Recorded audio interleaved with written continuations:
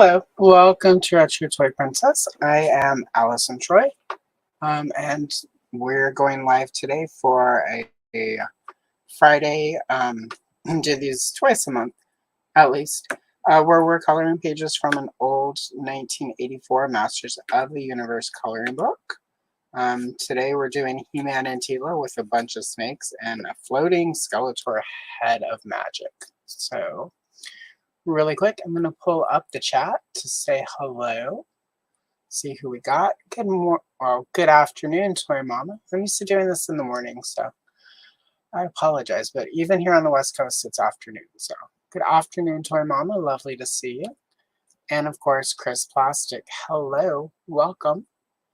Yeah, the venomous drugs. That's pretty much what it is. I'm gonna assume.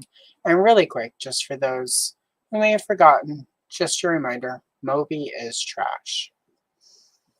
All right, that's enough of that. All right, so anyhow, let's go ahead and get started. First, I'm going to do a few things to get this ready. As you can probably, well, based on how it's framed, you can't really see on this side. Let me adjust it slightly. The picture is not actually like the snake cuts off based on how the art was cropped here and there. So I'm going to just fix that. I'm going to complete the snake so that it doesn't kind of cut off on both sides. So there we go.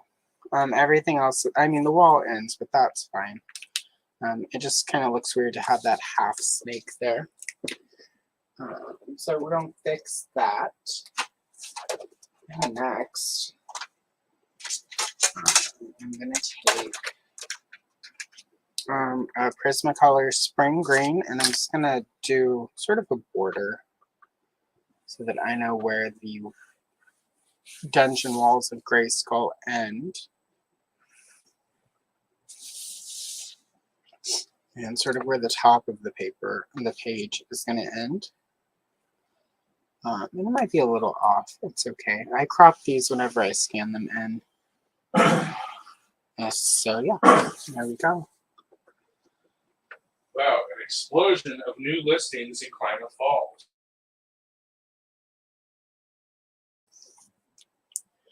All right. So yep, I have everything sort of mapped out on the top. And then I'm going to quickly do the same sort of down here in the ground.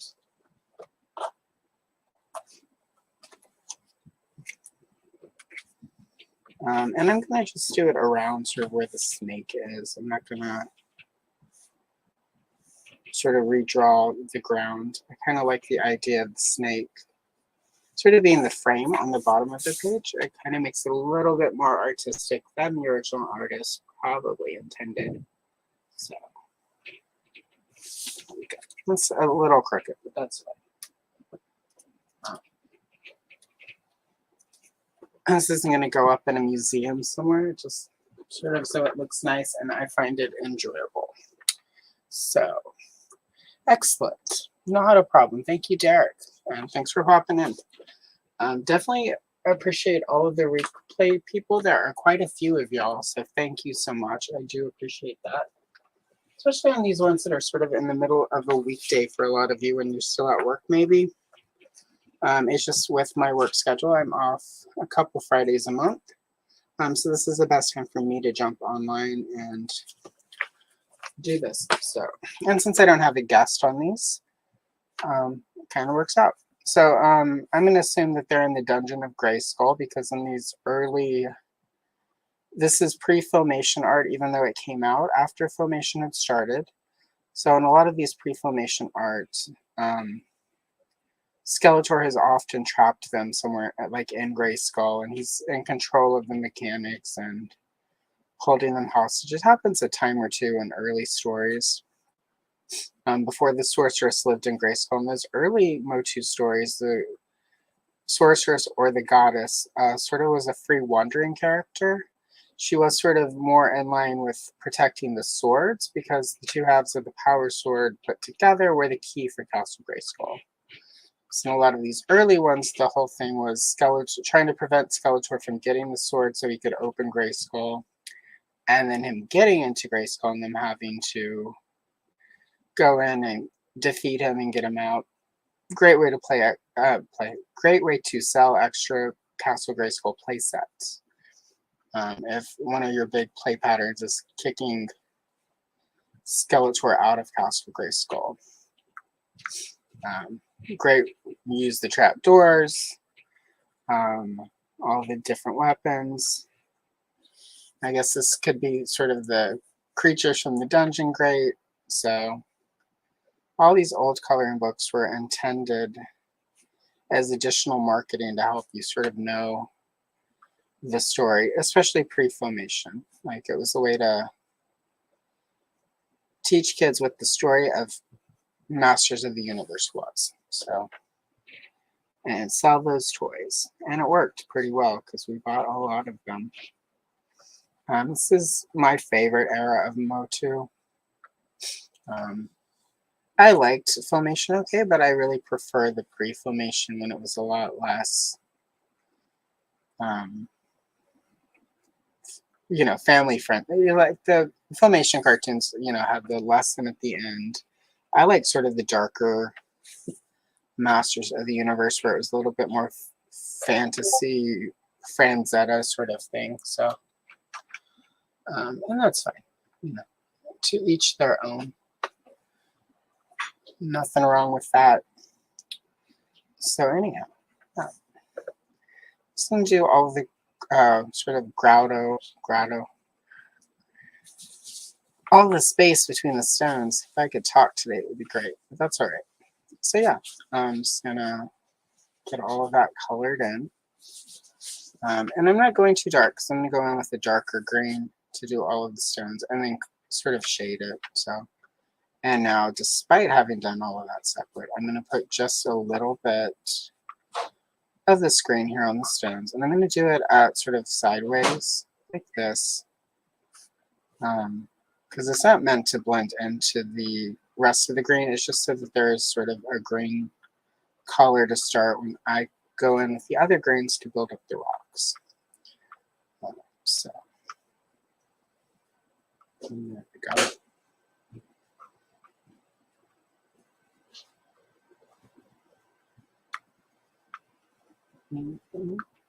All right.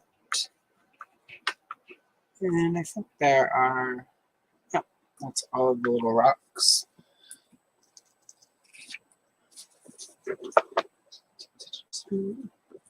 All right. I'm now going to go in and have,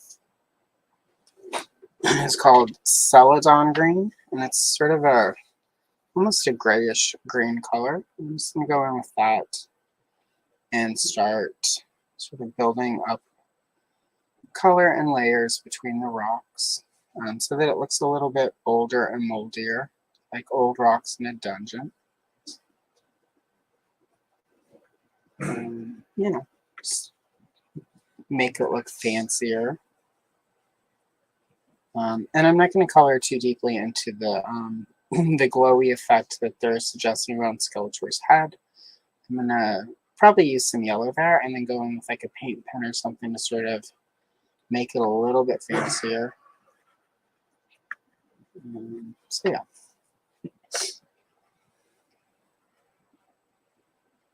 Since most of this, they intended you were going to color in these books with Crayola or store brand Crayola.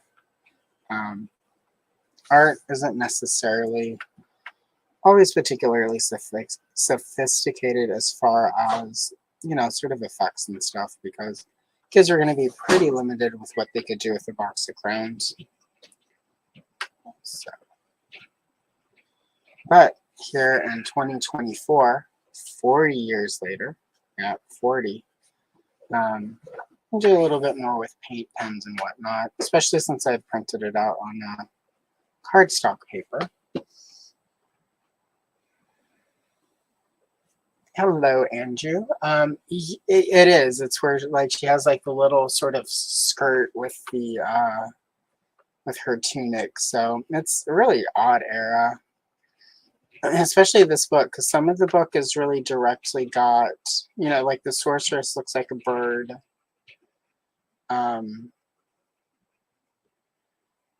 There's even a couple pages with like Prince Adam on them, and Tila a little bit more in her filmation look.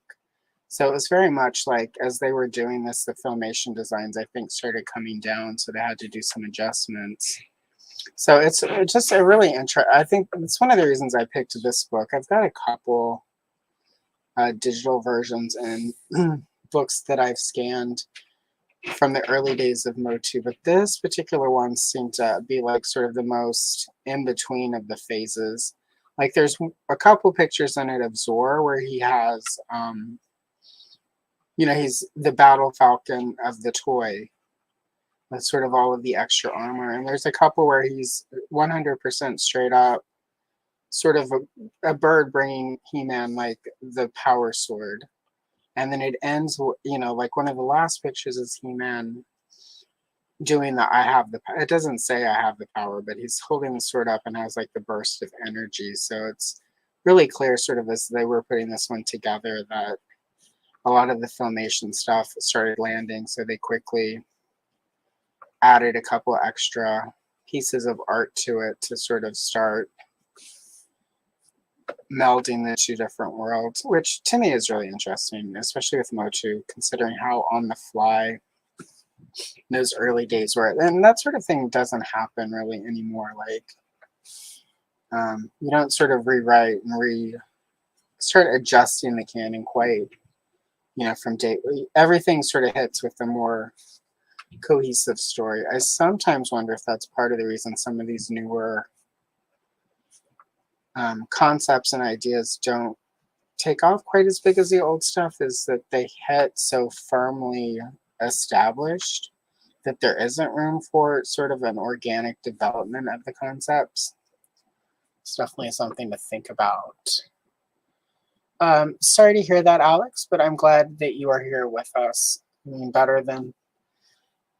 cooler to come hang out with us when you can't sleep than to lay there and be miserable and not able to sleep. That's why you can listen to me rattle on and prattle about Masters of the Universe and art stuff, because we all know how much enrichment that gives your life. But yeah, I don't know. This is, for me, one of the interesting phases of MOTU. It's like, it's got a little bit of everything. So yeah. Let's see. I'm trying to figure what stone. I still want to darken the space between the stones a little bit more to get it a little bit more grungy and dungeony looking. So I've got a couple darker greens. I'm tempted to use a brown, but I think that would make it look dirty rather than sort of moldy and mossy, which is kind of, I want it to look more like algae and moisture than moist, and sort of dirt. So I'm going to use green ochre, which sort of looks brown. And I did a recent color and chill of Princess Leia and Jabba the Hutt, and I used this sort of green ochre on it. And somebody in the comments was like, I was waiting for the green. It's like, oh, it was there. It's just it looks a little bit more brown on camera. So I made a note of that it comes up looking a little bit green. So I mean a little bit more brown than it does green. So I'm gonna use that between the rocks to sort of give it a little bit more depth. It's the cool thing I think about when something doesn't quite work is it may not quite work for Jabba the Hutt, but it works perfect for the space between these rocks. So I think half of doing any sort of artistic pursuit is figuring out what works and what doesn't, and then when something doesn't work one place, finding someplace else it does. And so, yeah, exactly. Come hang out with us and chat and think MOTU. yeah, so anyway, whenever I decided I was going to do this book in 2024 and try to finish it, I thought this would be a fun picture to do as a live stream, not necessarily as a short, because it's such a weird. There are a lot of these pictures that are really sort of odd, where it just feels like they were making up stuff because they needed to fill the book. And this one with all the weird giant snakes, where like Tila is afraid and He-Man is like got his arm around her, and it looks like he's gonna start punching snakes. Is just funny because also at this phase, Tila was still sometimes portrayed as a damsel in distress, which is one thing I do like about Filmation, is they really sort of pretty early on started stripping that. Other than a couple episodes where she stupidly got herself in trouble, which, you know, like every character in the Filmation cartoon at some point or another gets themselves in trouble so that, you know, the plot can move forward. They didn't tend to make women in MOTU, even Princess of Power or even Black Star. Filmation in general, it felt like Lee Scheimer tried to elevate the portrayal of women in media. Like, you know, there's definitely some stuff that now looks reductive, but I remember in the 80s thinking Tila was pretty empowered. So, and that was why it was weird to me during Revelations when all these mostly dudes were freaking out about the portrayal of Tila, and I'm like, it feels pretty, you know, like a pretty evolved version of what she was like in those early mini comics and Filmation, where she was pretty much sort of a little bit of a hothead and very much often punch first, ask questions later. So I don't know. It's always weird to me the way some of that stuff processes for people.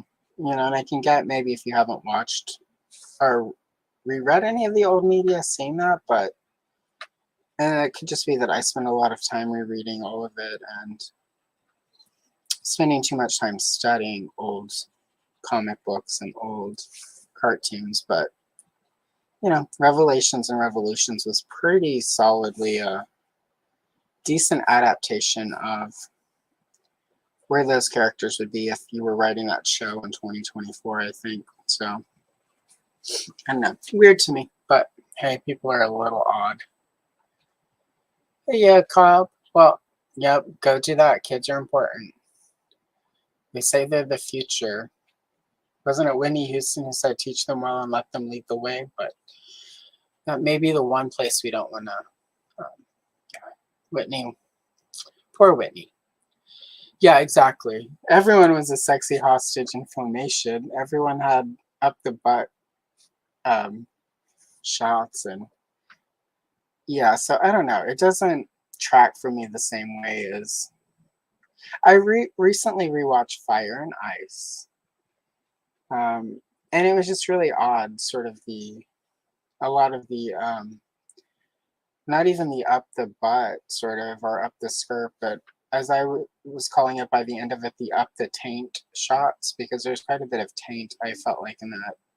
And I don't feel like I ever need to see an animated taint. You may disagree, and I love that for you, but I just felt like this is a little bit more taint than I was expecting from even an 80s adult sword and sorcery animation film.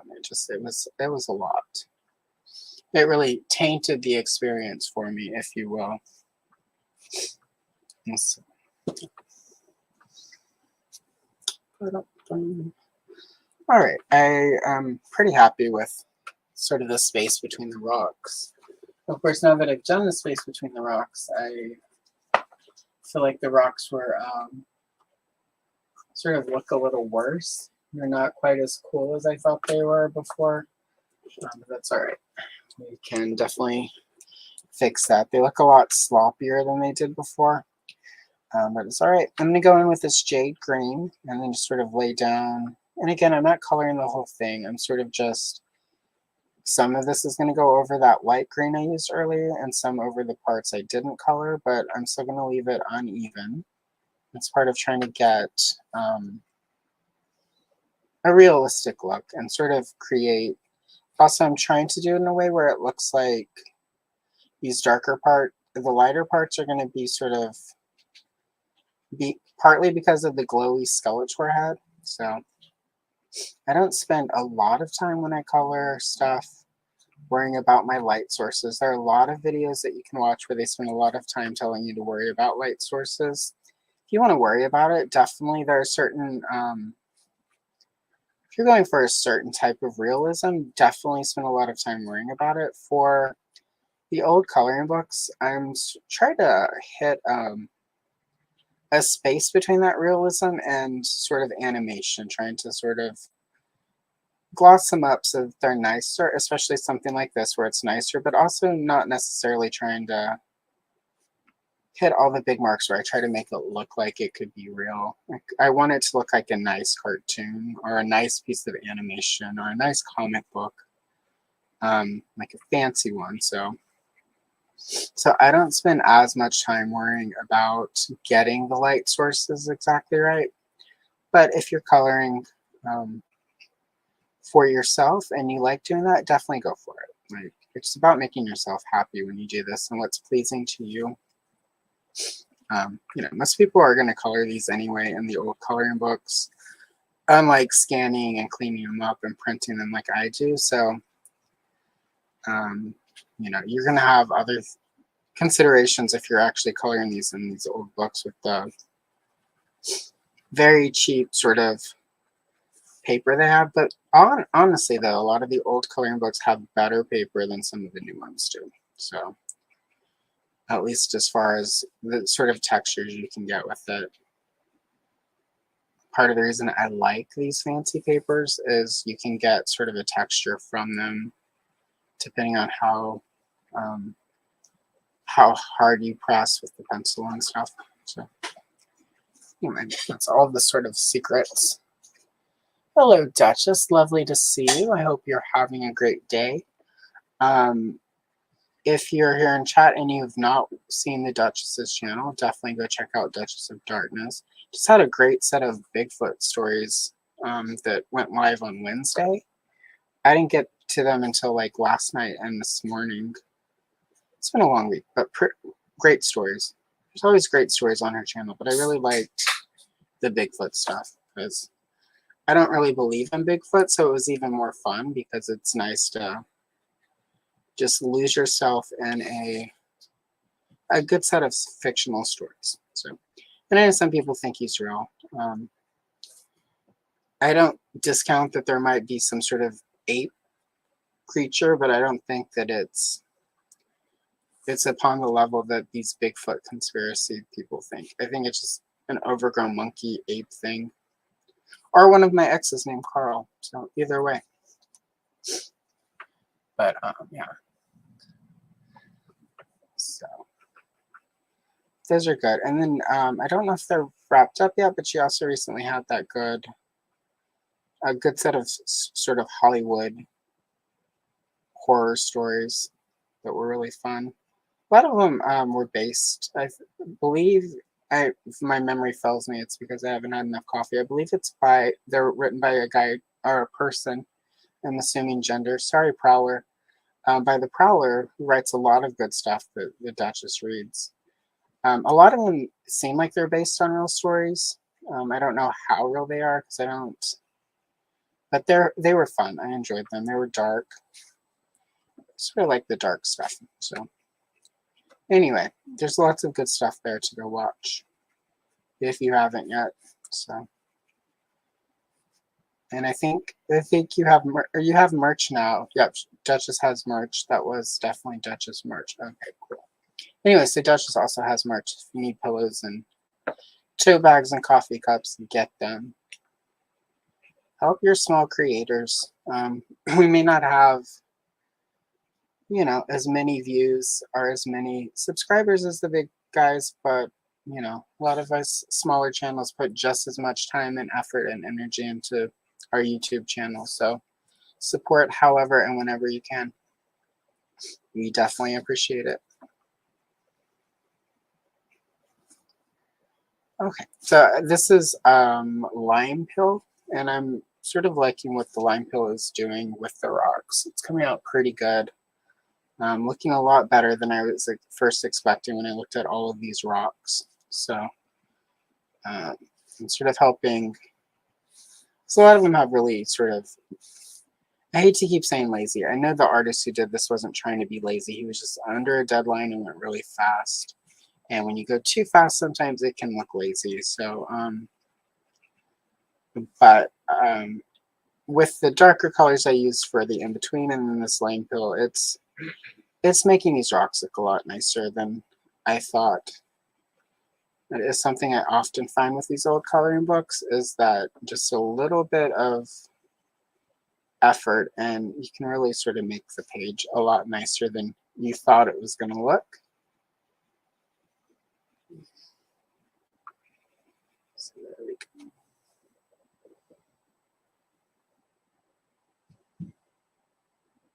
Oh, thank you. That's so slightly fictional, which is fun. I like a good slightly fictional account. So, all right, let's see. There we go. It's looking good. I don't know if it's going to work, but normally when we do these, I at some point kick on a little background music. That sort of helps me. So it's not just sort of the sounds of me coloring and everything. And I had somebody who told me that I should do ASMR or whatever, but it's too quiet. And my head can't deal with that much quietness. So I'm going to put on a little music and we'll see if it works. Because it looks like it finally let me upload music. So let's see. Turn that down so it's not quite so loud. So it's background. Alright. If that's too loud, let me know. Yeah. Accurate. So if that's too loud, let me know so I can turn it down a little bit. And this is a free track from White Hat Audio. He is one of those creators who makes free music for people to use. You just have to obviously credit him. But he's pretty cool. He is one of the people that I pay money to via Patreon, and that includes some free songs every month that aren't out for general release yet. So anyway, highly recommend. He does synthwave. And this one is called, let's see, VHS Memory. It's been in a couple of the color and chills, so it's not necessarily something you haven't heard if you've watched any of my stuff. So anyway, but it helps. It helps me a little bit to have some sounds, since chat, you guys don't actually, I can't hear you say the things you say. Just read them. Alright, I think those rocks are good. I don't think the rocks need anything else. And as you can see, I did leave some of them just white, but that again is going to help with sort of the light source from Skeletor. So, and now I should do the ground. And for the ground, I've got this Prismacolor sand, which is almost at the end of its life. So I'm going to use that for my sort of base coat of the ground. And again, I'm not going to sort of try to work for a perfect full coverage with this. I'm just going to sort of roughly put sort of a layer down. And then I'll go in with different colors, sort of build it up. So again, this is where I think I'm going to put sort of the browns and stuff. Let the ground be a little dirty, since it's ground and it's a dungeon.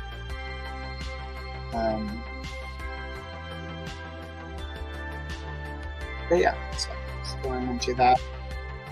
Finding all the grounds sometimes is hard, just because I in black and white, for whatever reason, sometimes I'll miss little sections. There'll be like a little corner between somebody's arm in the picture that is actually supposed to be ground, and I'll miss it until later. Which is why I put all of the pencils and stuff I use over to the side, so that I can easily find them when I realize I've missed something and quickly fill that missing spot in. Yeah, I'm roughly sort of getting this sand color down.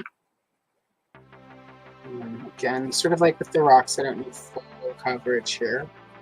And that, to my eye, helps with sort of the realism of creating a ground texture, as if it's not uniform, it's not flat, it's not perfect. And so, sort of creates sort of the actual texture you see sort of in ground. And since this is not set up like a stone floor or anything, it doesn't need to be uniform. So I'll do the ground there, but this I'm going to leave, because again, I'm going to use the tails down here as if it's the bottom of the frame.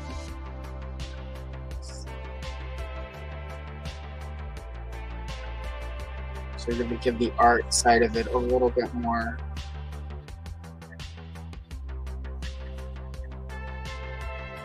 Go.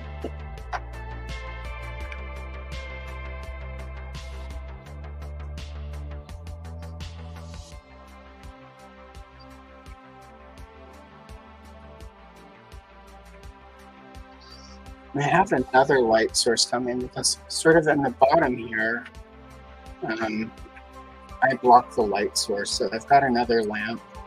Eventually, so this sort of the bottom of the picture down here you don't see my shadow blocking it as much. All the little things you don't realize you need until you do this a couple times and get to watch it back and be like, oh, that was less than perfect. So my recommendation is, if you are going to do any sort of live streaming, just jump in there and do a couple of them and then rewatch them so that you can figure out your setup and what you actually need to make it look good. I don't think anybody ever gets it right all the time. There are a couple of people who still have been streaming way longer than I, and it still looks like garbage. I'm not going to publicly name those people because that would be rude, but hopefully some of them have lighting on their wish list so that they can improve their lighting. Anyway, shady. But whatever. Hello, Payne. Lovely to see you. I hope you're having a great day. I'm glad you dropped in. You know, Chris, it seems like a little something goes awry every time you do, but I like it. To me, at this point, it's almost shtick. It feels like it's part of the Chris Classic experience for the live streaming to like some sort of technical thing to happen. So I don't know. It feels like it's part of why I end up watching you, to see like what technical thing is going to, and you always recover.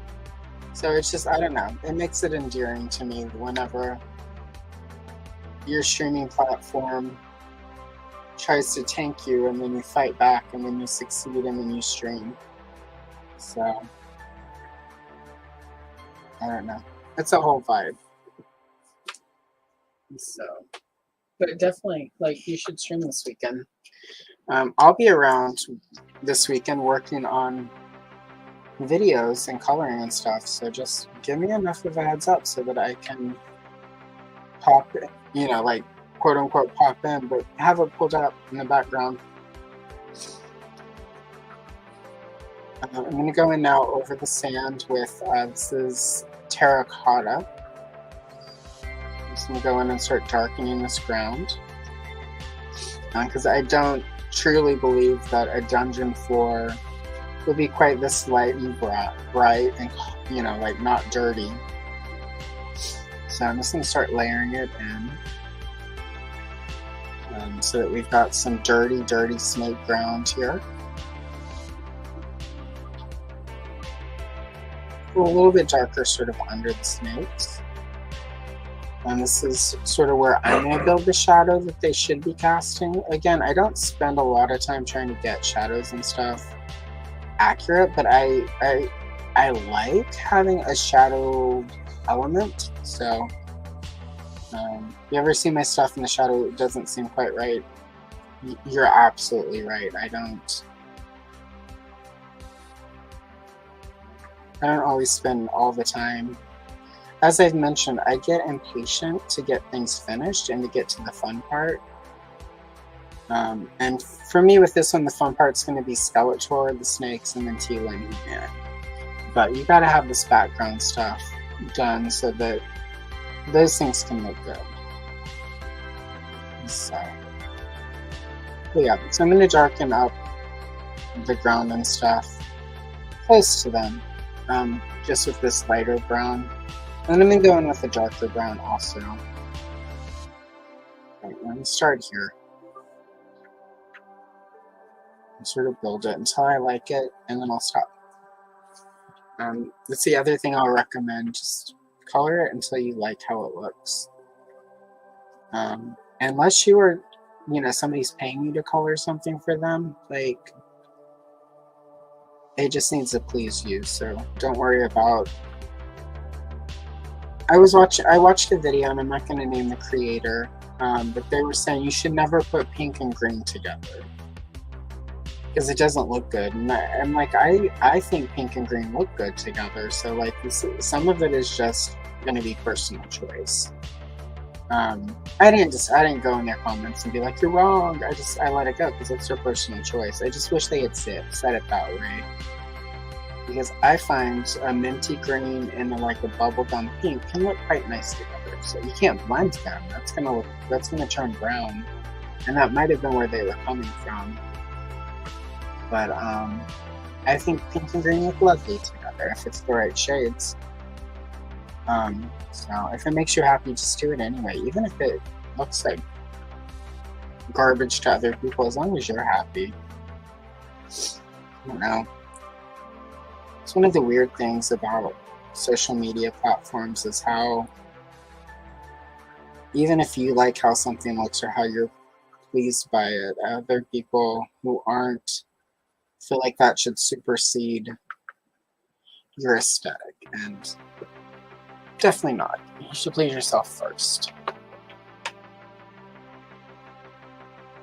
Alright, let's see. Oh yeah, you definitely, Andrew, if you have never gone to one of Chris's live streams, you definitely need to. They're fun. Like, Chris does good live stream, but there's also always a technical difficulty. He gets really flustered, and it's endearing, so definitely do it. And then he saves it at the end of the day. It's like an entire arc of triumph every time he live streams. So. Yep, unboxed. What you do. I've got a bunch of stuff that's piling up to unbox. I'm probably going to do a few of them. Oh. Cool. Exactly. Just freeball it. Oh, good gosh. Yep, exactly. Don't be like the kids at the mall. This is why kids don't go to the mall anymore. Well, that and all the pretzel places are gone. I went to one of the malls I used to love, and I used to go there to get the pretzel, and then I would go to the Barnes & Noble, and the pretzel place was gone. And I'm just like, this is why we don't have malls anymore. And then I was like, well, I'll go to the Cinnabon, and the Cinnabon was gone. And I'm just like, this isn't a real mall anymore. It was just very disappointing. There are certain things I need when I go to a mall. And it's that pretzel and a cinnamon roll. And then to feel bad about having eaten both of those in a hour and a half, 2 hour stretch of time. And I did not get any of that. I didn't get the shame or the... I couldn't even go and overspend at Barnes & Nobles because it was just it didn't feel right without the pretzel or the cinnamon roll.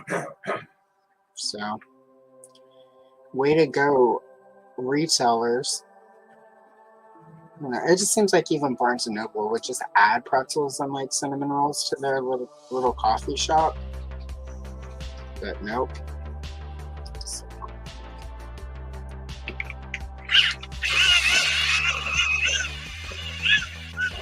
And I mentioned it to a friend, and she was just like, well, you could learn how to make pretzels and make them yourself. It would be so much better anyway. No, it won't.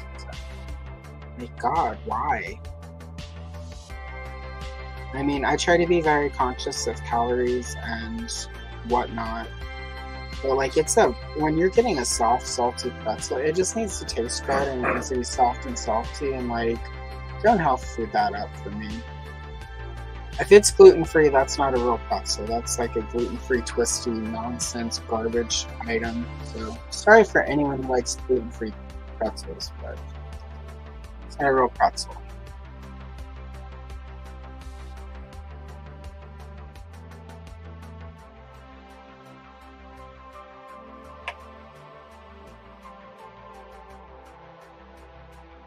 Uh-oh.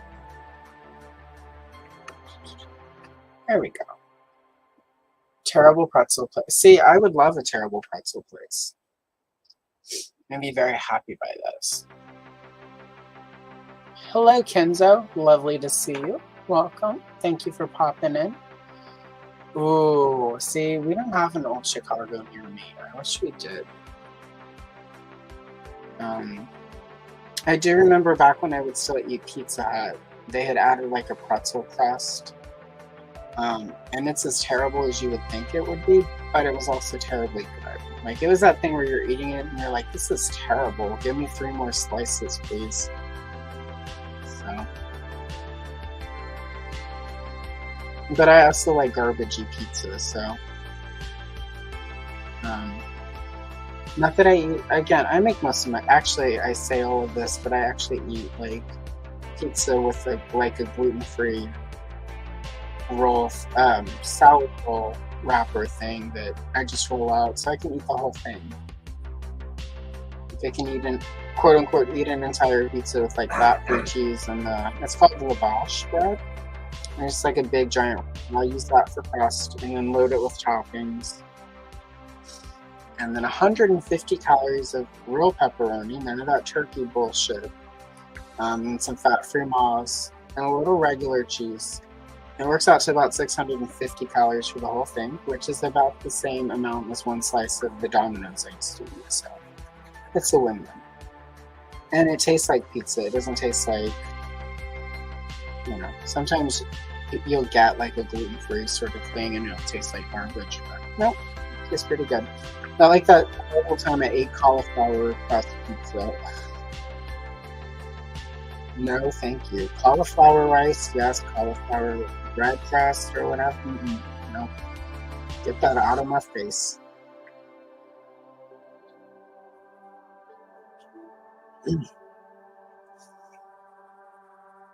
Not okay, guys.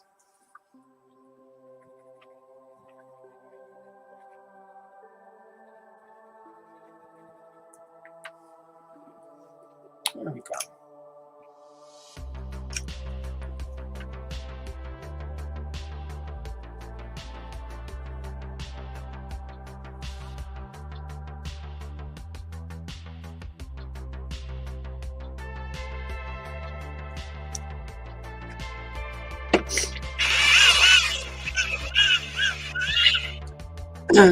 This Sienna Brown I'm using, the Sierra Brown I'm using, is also probably not going to last the weekend, so I should do a big post at the end of the weekend of all of the pencils that have come to the end of their life with the Sarah McLachlan Arms of the Angel over it on Instagram.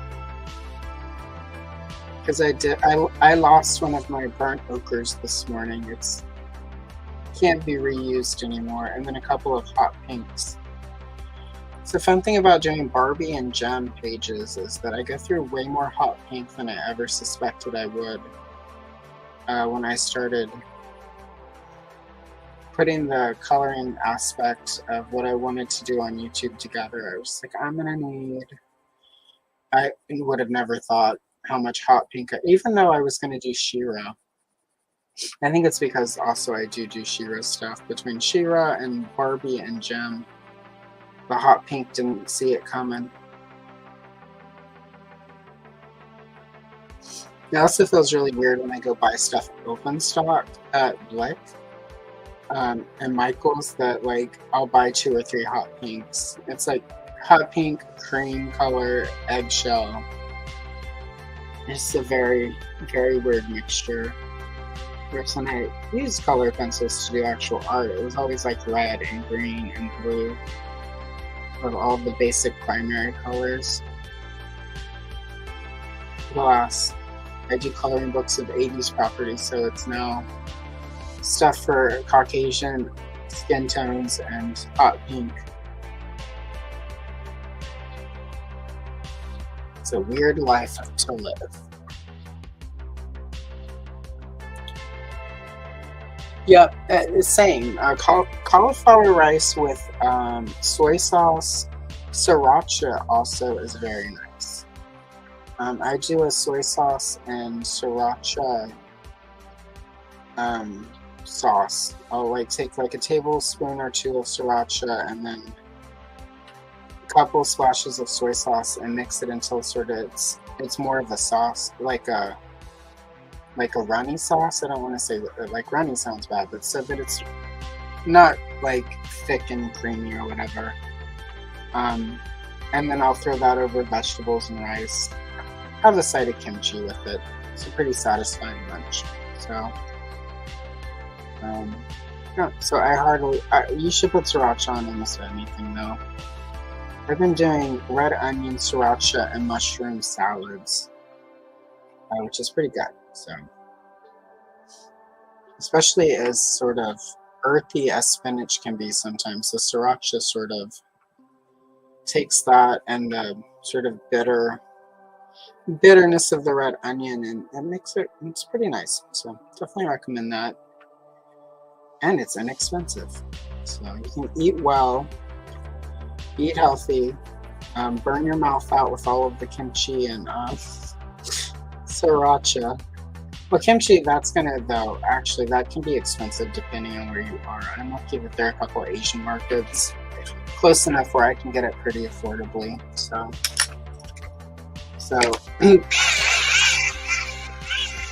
that component is only affordable based on your access to a good Korean or Asian market. That is the caveat there, but definitely, and you might be, there are people who can make their own kimchi. I am not one of them. I tried one time and it was not acceptable. So never again. I wasted the cabbage and all those like chili sauces and my time, and then I had to eat it all because my pride was too much to just throw it out. So definitely do not recommend unless you're just good at it, you know. And somebody was like, well, you have to try a few times to get it right. I'm like, that's too much effort to fail so miserably the first time out. I don't think I'm going to get better. I'm just going to buy locally. So. Yep, a pencil and memorandum. That's what I'm going to do. Do my little Sarah McLachlan in memorandum. So. Alright, almost done with the ground. Well, with this layer of the brown. We'll go in a little and add a little bit more of the darker color in there. Because this still looks too much like, yeah, you could play on this. And there's definitely no snake poop in this ground. And I feel like with these snakes, there's going to be a little snake poop down in here. So I need to darken it up a little bit more so that you get the impression that He-Man and Teela have probably stepped in some snake poop. And that when they get out, they're going to have to wipe their boots off.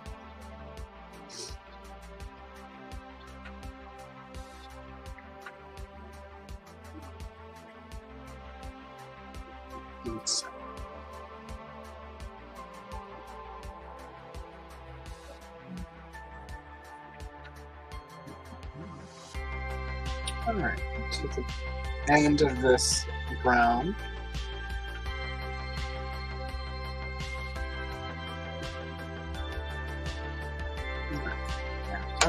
set that aside just in case I need it again. I doubt I will. But in case.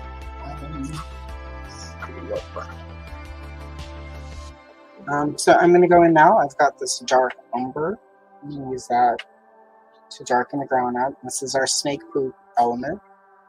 But also, like during the dungeon, there's not a lot of light.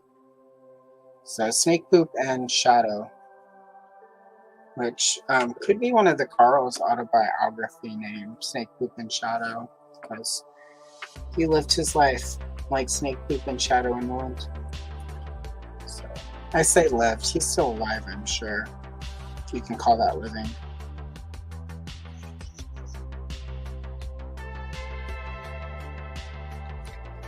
No Carl. Anyway.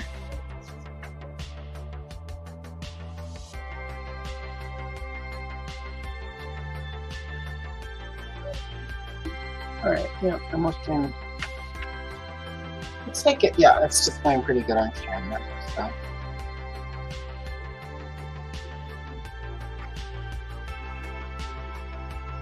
I may even go in a little bit and add some black to it. I'm going to get this darker brown down for now, and then I'm going to start moving to like Skeletor and the snakes. I probably would do some touch-up after the stream though, so.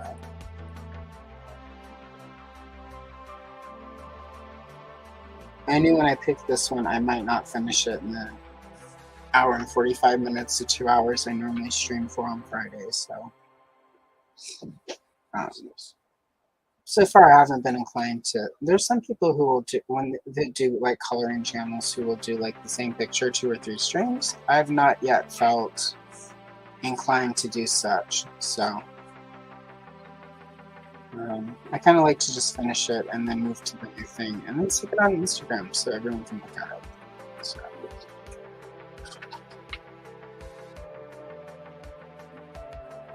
If I were doing a tutorial on how to do things, like that might be different, but since I'm not really doing a tutorial on technique or anything, or a color along, this is just me trying to finish this book in 1984. I mean, in 2024. I wish. I don't know though, of all the years in the 80s, if I could go back in time, I don't know that I would actually want to go back to 1984.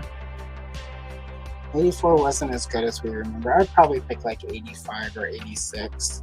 85 was, if I could go back during the summer, because that was like Back to the Future, The Goonies, Return to Oz. It's the first summer of She-Ra toys. That would be a good summer. 1985. And so.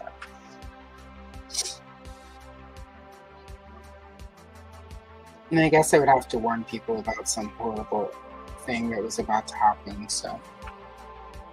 Rest assured, I will let you all know about Justin Timberlake. Or Moby, you know. Because I don't think Moby had yet. I mean, he's probably still in high school in 1985. So yeah, oh yeah, I go back in time, I go see the Goonies a bunch of times, Back to the Future, buy a bunch of She-Ra toys. Go make sure Moby never got near a recording studio, and then, you know, come back to 2024 and see how much better the world is without Moby's music in it. It'll be pretty good.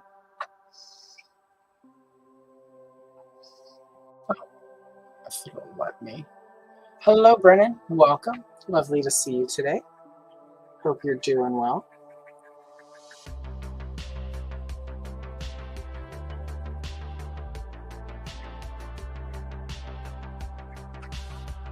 Alright, here we go. It's weird because I have, you know, like I have this, you know, the stream program pulled up so that I can see what's happening in real time. But I also have like a window pulled up so I can watch at the same time you guys are watching. It's like 10 seconds behind and it always sort of throws me a little bit. When I've stopped, but it still shows me coloring on the screen. I'm like, oh wait. Never mind. It's not me at all.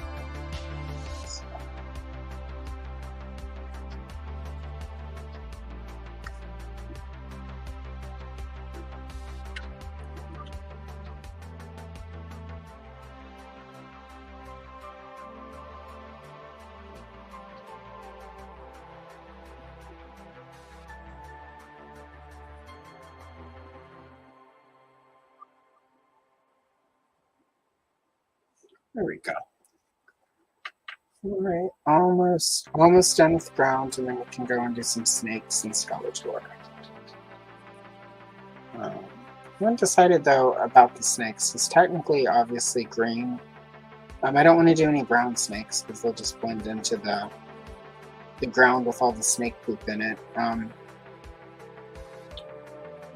But I'll obviously do. I think I'm going to do these two down here as green.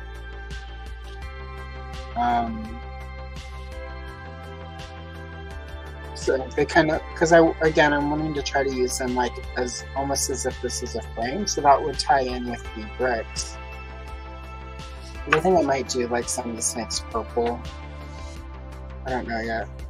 Can't decide if these are real snakes or magic snakes that Skeletor has conjured, because it could go either way based on the way this art is set up.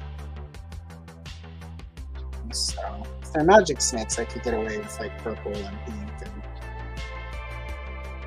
probably even blue. But definitely green for these two bottom guys. And I'm going to try to use the same 3 greens that I used for the bricks, so that it looks, you know, it has that framing technique.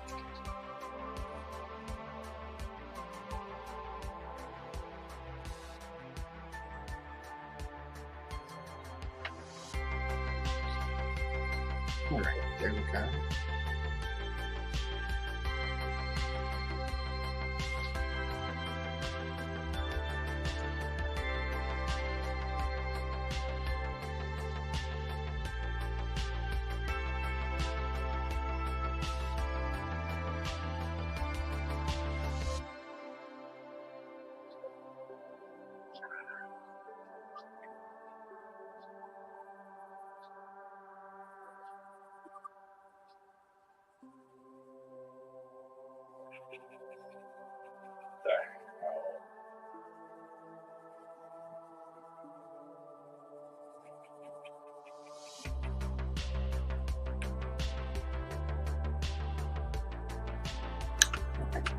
There we go.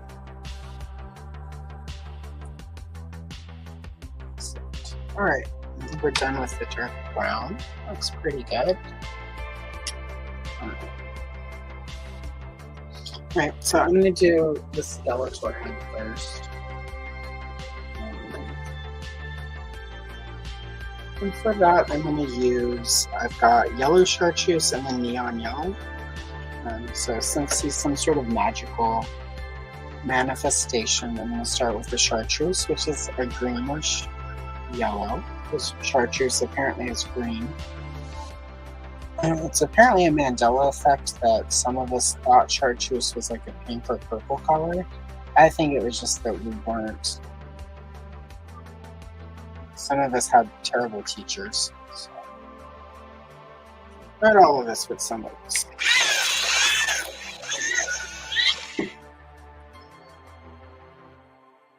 And so I've got the chartreuse down, and now I'm just going to go in with the neon yellow.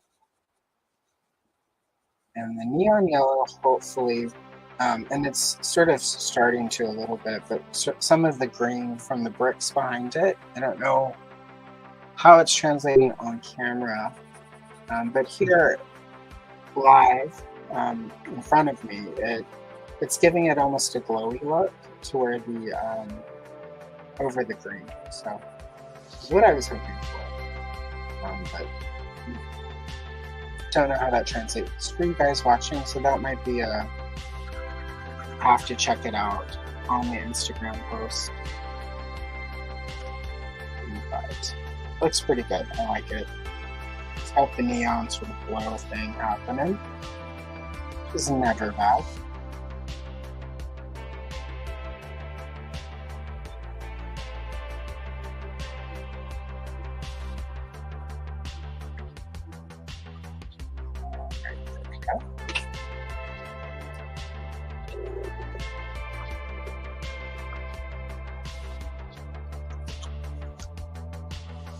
Alright, so next up, Skeletor's hood.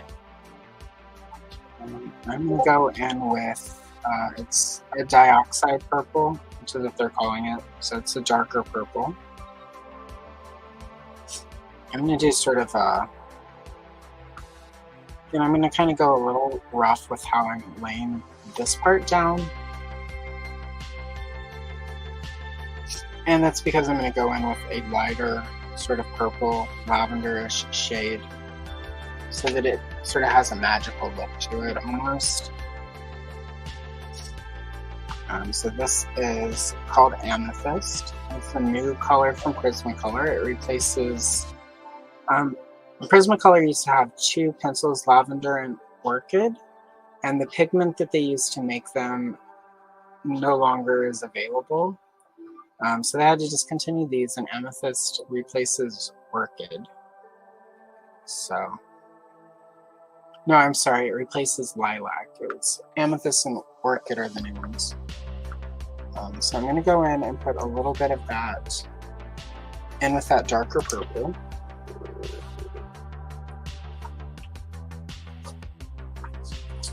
And then, surprisingly, I'm going to use a little bit of this hot pink for the rest of the hood. So again, I want to kind of have it like a swirly magical thing happening. Not sure how successful it'll be, but you gotta try.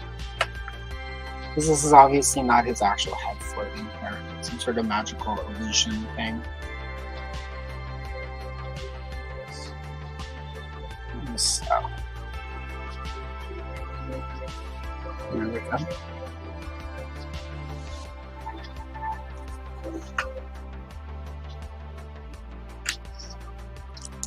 And then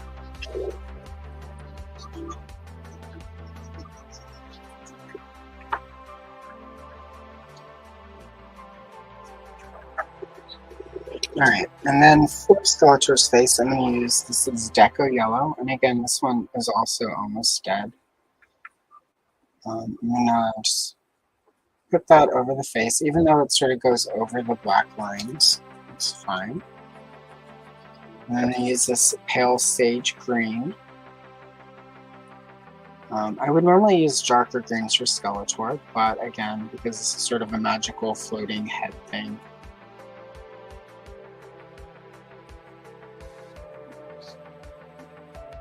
Doesn't necessarily need everything I would normally give Skeletor. Alright, and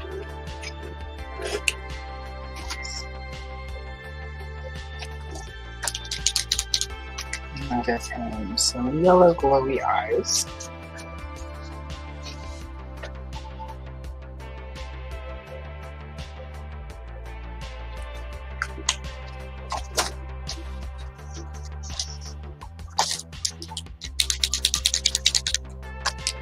A little red in the middle.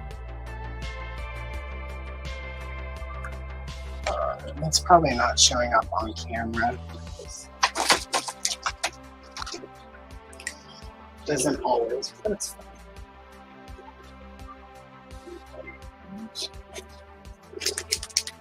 Right, and now I'm again to sort of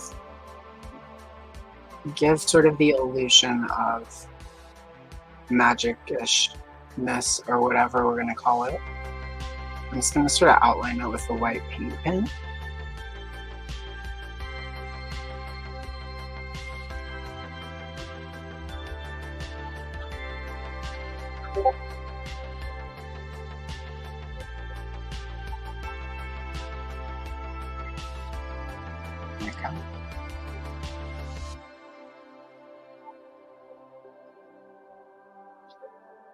Very far.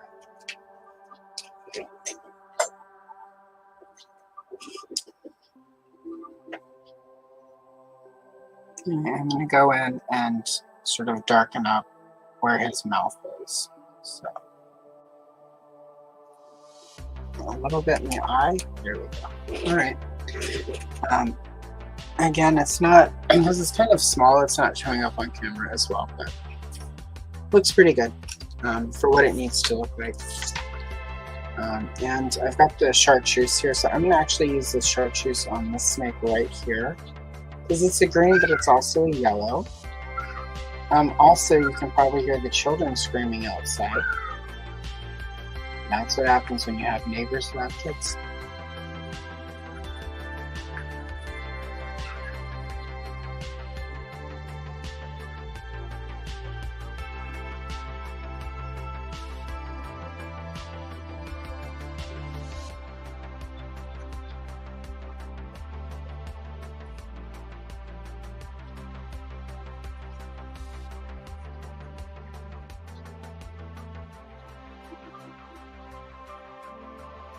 Alright, look up the chartreuse down.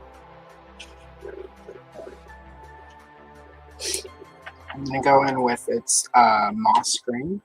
I'm just going to start shading the snake.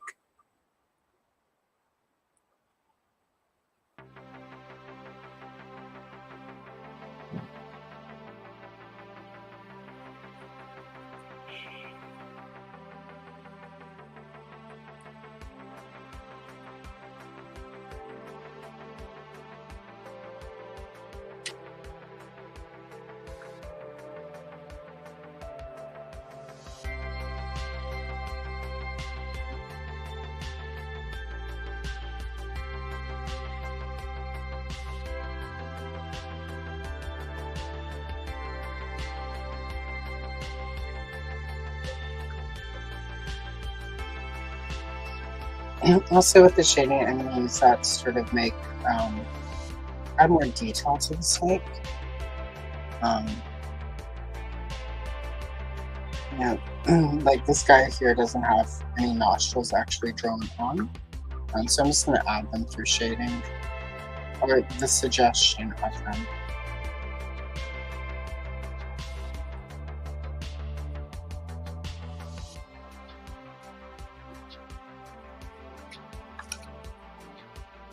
Go back in with the chartreuse and sort of blend it out a little bit in places.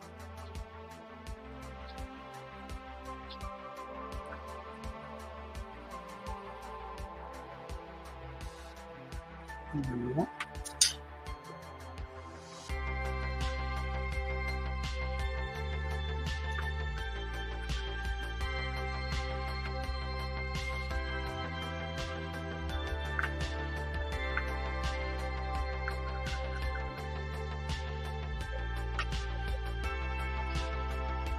Nice. Okay.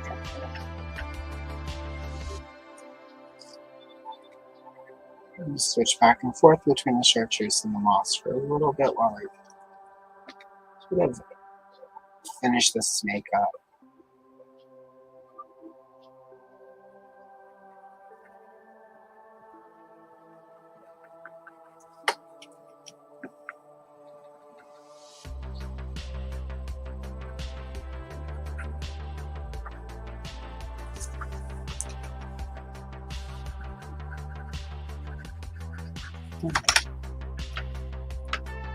Back in with the moss and just again use that sort of to create shadow. Give him a little bit fullness so that he looks a little bit less flat and two-dimensional.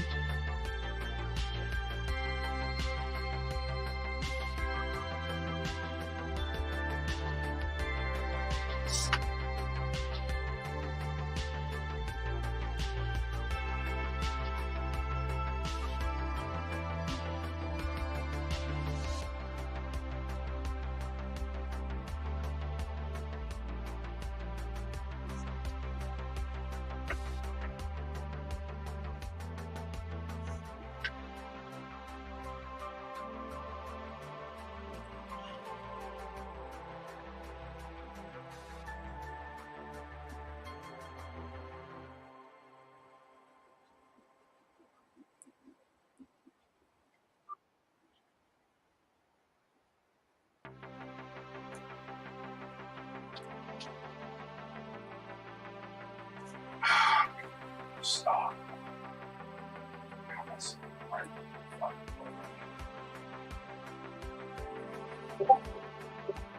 Yeah.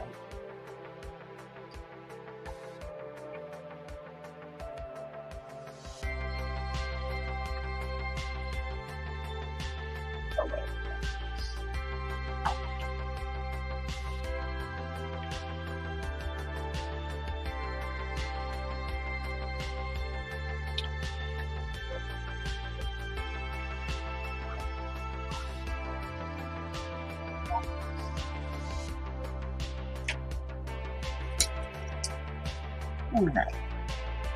I'm just going to quickly go back in with the chartreuse and sort of smooth out all of this moss green.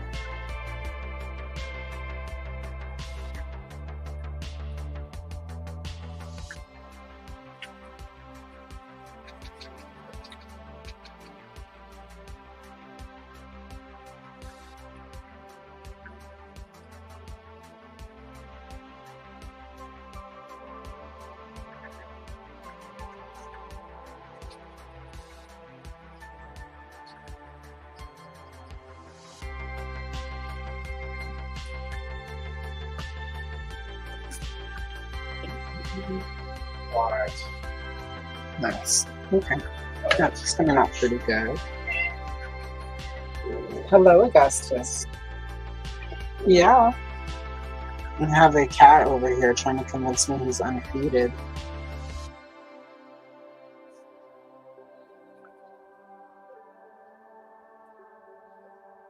But he's not. He got treats right before he started, so he will survive. He and the kitten, his little buddy this morning, raided the closet where all the cat food lives. I had to drag them both out of there.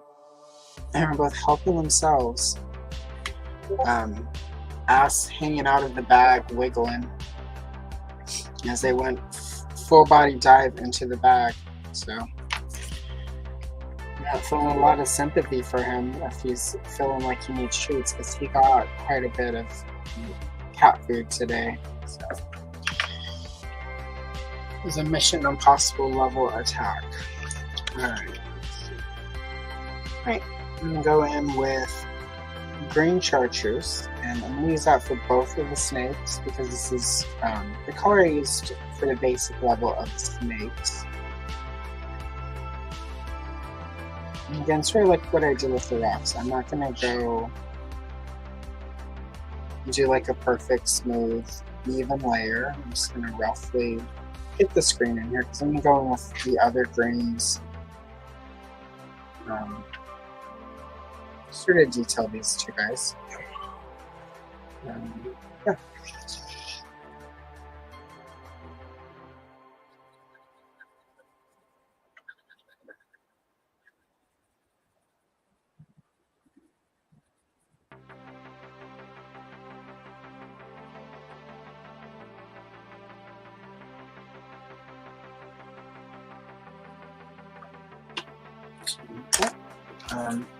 And as he is right now, he's a little too close in color to that guy, but that's about to change.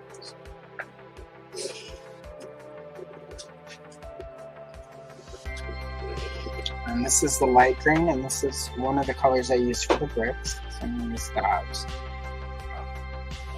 Start going over it.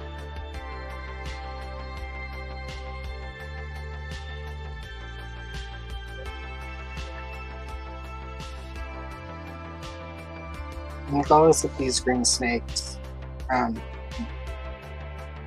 don't look exactly the same, but they're, have different sort of shades of green in them.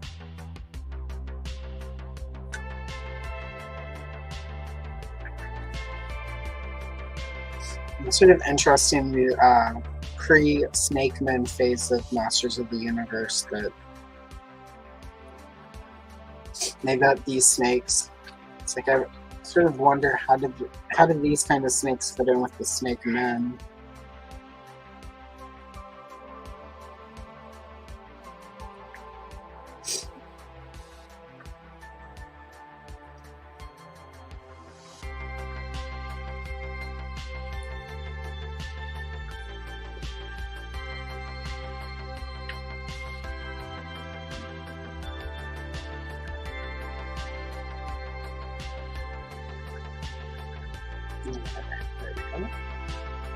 Almost done here.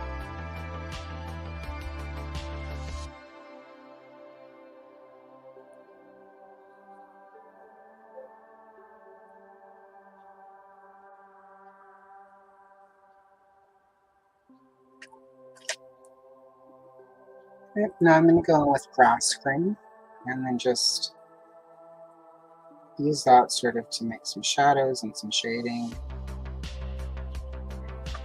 Again, just to help them stand out from this other snake right by them. So that even though they're both green, they're two completely different greens.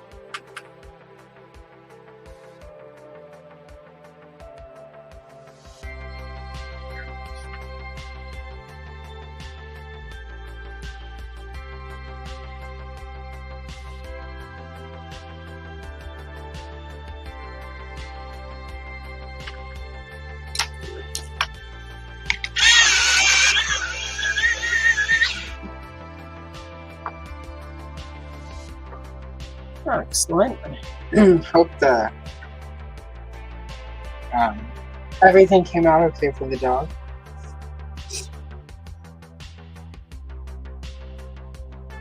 I have never owned a dog myself, but I used to have a friend that I would dog sit for, and well, they're still my friend, but I don't dog sit for them often. I might actually later this summer end up dog sitting for them for a weekend. But the worst part of the walk is the scoop of the poop, because it's always warm. It doesn't matter how good and how thick the plastic doggy poop bag is, like, it's warm. It's just gross. Not my favorite thing. Yeah, we've got the cats, but with the cat box you have the scooper, so you don't actually have to fill the warm poop ever. So, to all the dog owners who scoop warm poop, I feel ya. And it's clear you care about your animal. Yes.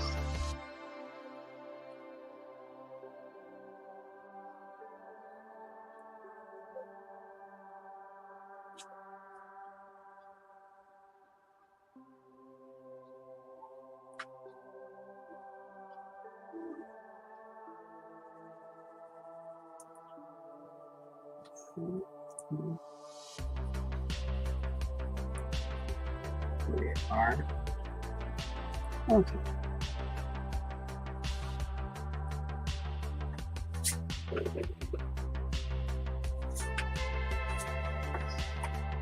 Alright, we've got two green snakes. I need to get them some eye stuff. It's starting to look weird to me with them having 0 eye. So.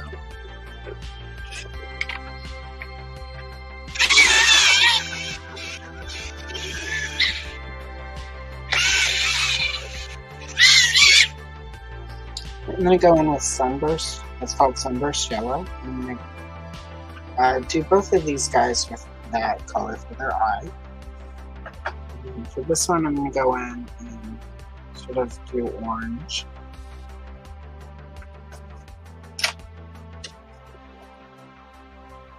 And for this guy, I'm going to go in with some red. So it's a little different. And I'm going to use the same red for this one's mouth.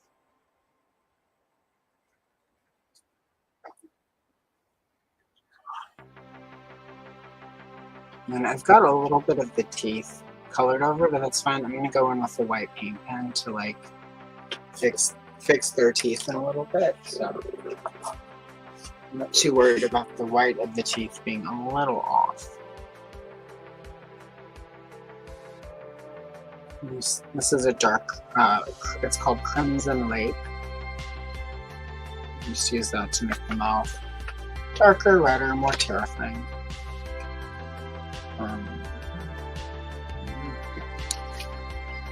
And this guy, we're gonna give him hot pink mouth.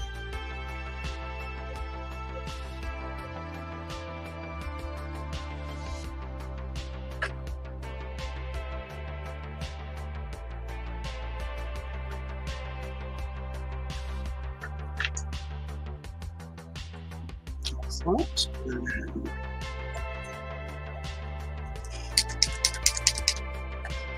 Go ahead and get this guy's teeth. Go ahead and do some dental work on his teeth for him. There we go.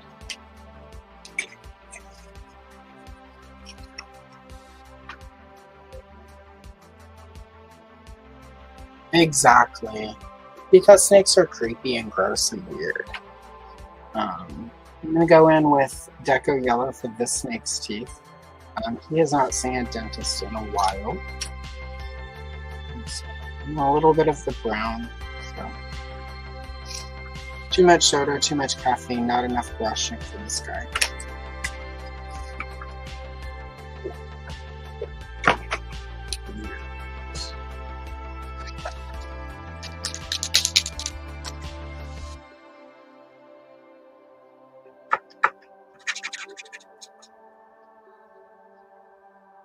Okay.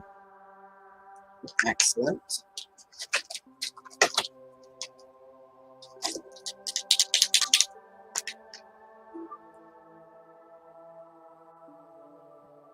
Just using a little paint pen to give them sort of pupils. That makes them a little creepier, I think. Alright, let's see. We've got 2 of the snakes, and 2 of those are green. I'm going to use orange for one of these snakes, probably this one. So I'm just going to start with, this is called Pale Vermilion. So I'm going to use the Pale Vermilion.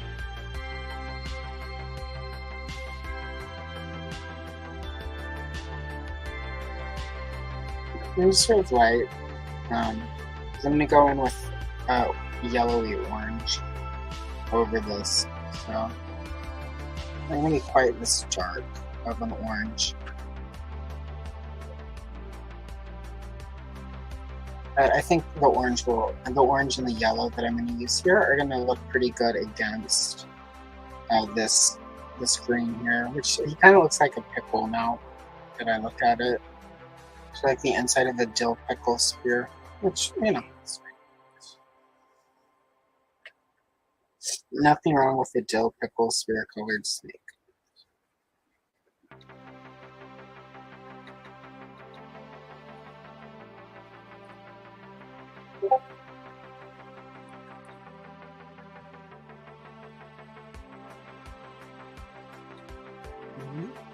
Excellent.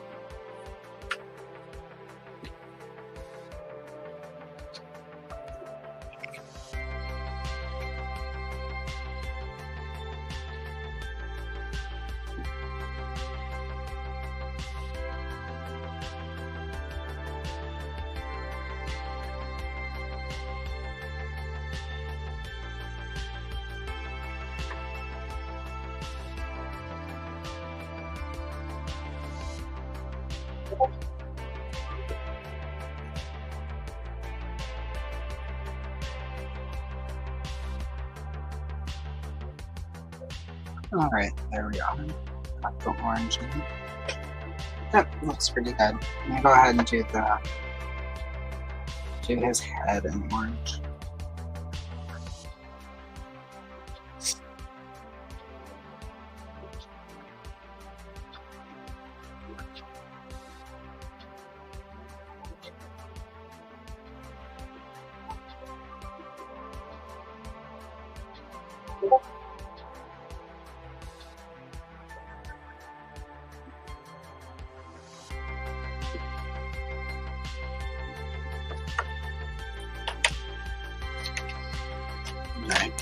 Alright, that's good. We'll see how it works now that I'm going to put some yellow in it.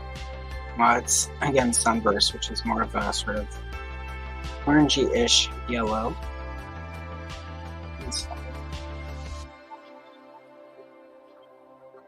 I'm going to be darker with it at the edge, and then sort of light here in the middle.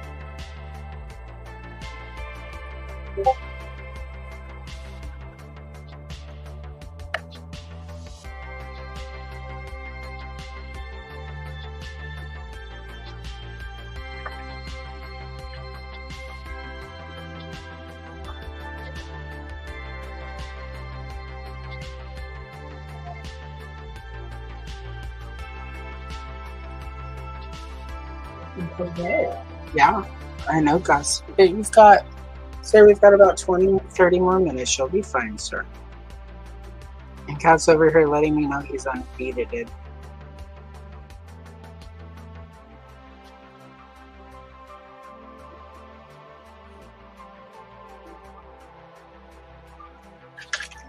Let me go see what Matt's doing and let him know you need some treats, sir.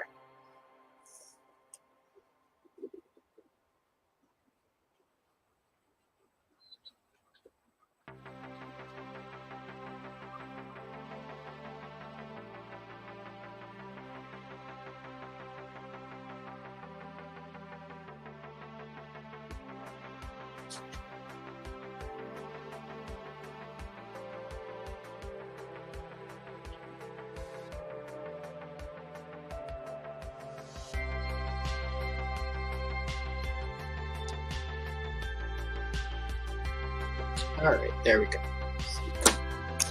Hopefully that will get the kitty to calm down a little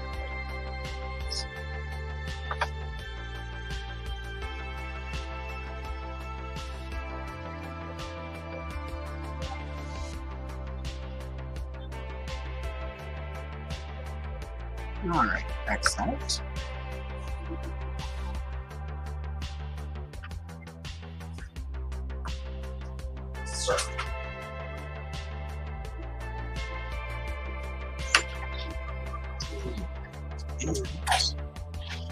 I'm just going to give this snake red eyes because they're horrible and red.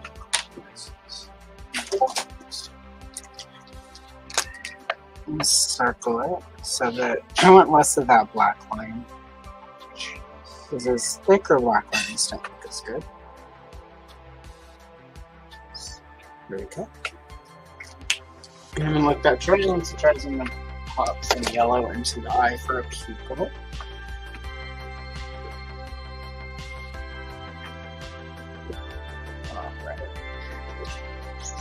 And for this guy, we're going to do the pink mouth as well. Just because this guy has a red mouth and he's got red eyes, so it seems more likely he would have a pink mouth.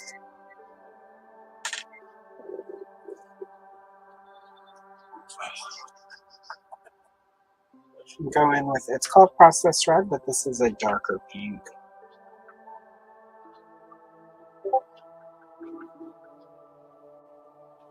It definitely has some redness to it, but it's definitely still in the pink scale. But it's good for a snake mouth. So.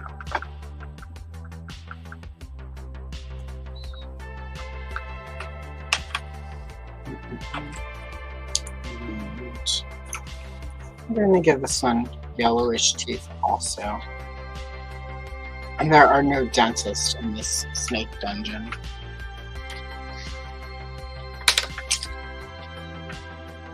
Which does make sense. I mean, it seems like they would probably eat the dentist.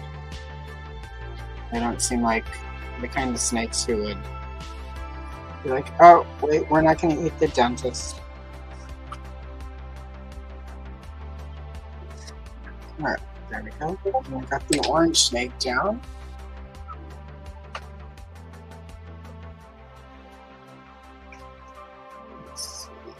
Alright, so the snake back here, it looks like they've given it eyelashes, so this might, and a much thinner face, so this snake might, it might be a girl snake.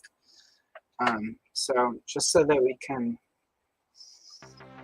you know, based on the eyelashes and conventions of the time, this might be the lady snake, so that it's not an evil man snake being weird with Tila. So we're gonna use the amethyst for the lady snake. Concept lady slither. Let's use that. I'm not going with the pink and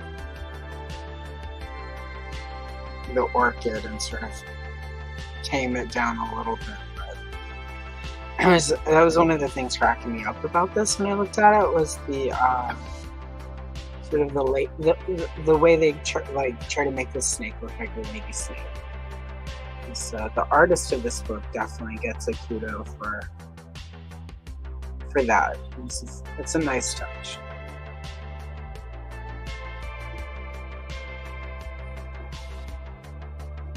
Even trying to represent in the 80s that not all snakes are dudes. Alright,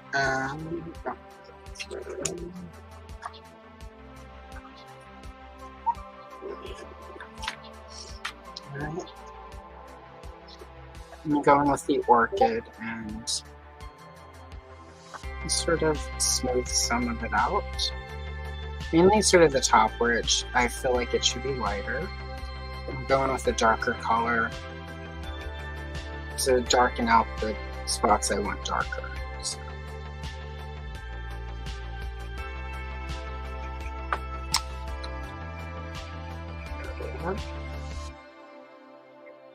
Excellent.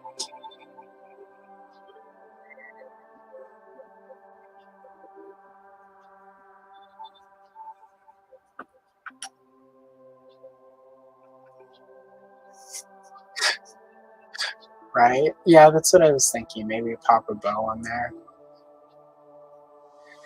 I know, like, you know, because it's almost what it feels like, and it just kind of seems a little odd, but whatever.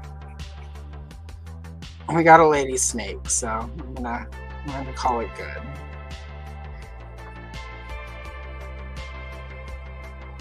I mean, that makes 4 different women in this coloring book. We've got Tila, Evelyn, the Sorceress, and now this lady snake. So it's pretty good representation for a coloring book for a boys' toy line in 1984. And none of them are, well, technically the Sorceress is Tila's mother, but at the same time, none of them are He-Man's mother. So none of them are like, and Sorceress wasn't a typical mother character, so. It's not like she was baking cookies and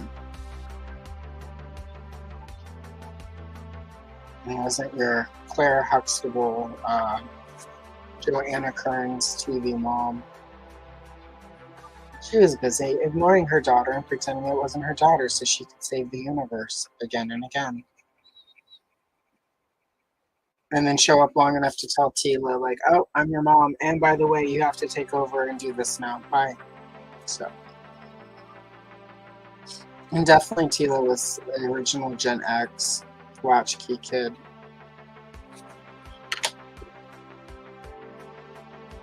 Evil man snake, right? Definitely past the 80s Bechdel test. Like, definitely for the 80s. Like, the modern one, I don't know, but the one that, you know, sort of if we go back in time and look at you know, it's pretty good. Like, you know, and a lot of the properties He-Man and Tila weren't. It's funny because when they hook up at the end, they hook up during sort of the modern series, and it was weird because there were people who were like, Well, that's new. It's like, no, that's sort of way back in Wave 1 and Wave 2 mini comics where it's, like suggested that, Teela's allegedly going to end up marrying the King of Grayskull. And of course, it's suggested that He-Man is, in fact, the future King of Grayskull. It's just always weird when people were like surprised that Teela and He-Man were a couple. I didn't quite. Or when people were like, that was never there before, it's like, well, yeah, in a kid's cartoon it wasn't. Like, Delora became Stratos' sister in Filmation rather than his wife, because they were like, well, none of them can be married. But in the original mini comics and story, Delora was not his sister, that was his wife. So, I don't know. Some of the weird rules that get put on these old properties, that for the time were way more, I don't even know what to call it. It just boggles the mind when people don't realize that He-Man and Teela were meant to be love interests back then. And just because it was a toy line for kids, that it wasn't sort of blatantly thrown out there.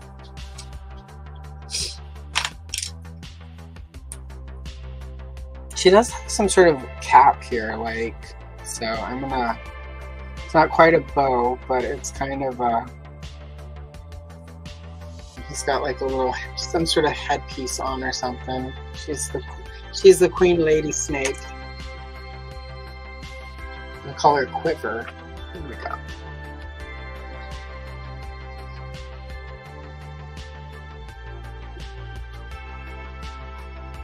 Yep, exactly. Right? Instead of randomly selecting somebody, we're gonna.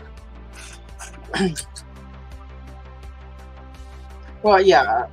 Well, that's even later. But originally, and then there was in Wave 2 where they were like, "Well, how do we explain why it's the same action figure?" And then they were like, "Oh, I know. Well, Skeletor tried to kidnap the sorceress, but instead he cloned her.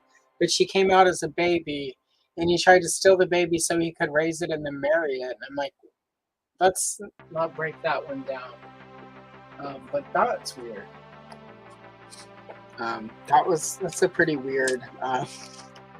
It's a weird element of the whole storyline for me, especially going back and reading it now, like the tale of Teela in Wave 2, where he's like, "I will take this baby and I will raise her and then I will marry her and then I'll be the king." And I was just like, I can't. I can't believe this happened. All because Mattel was afraid that doing two female, that was their answer to why they couldn't do two female action figures. And Wave 1 is, we'll just make them a clone so we can sell it as one figure, and then Skeletor can try to kidnap the baby clone. And yeah, it's a lot. That makes that, Andrew, once you get through sort of all of the missing ladies of the 80s, I heartily request some of the questionable choices the toy companies made around the female and lady action figures that they made of the 80s, because there were some really like She-Ra even started out as He-Man's girlfriend until sort of through she started out as He-Man's girlfriend, but she was also at one point Teela's twin sister Leela, and then she became Princess Adora. And it was all very odd, very weird.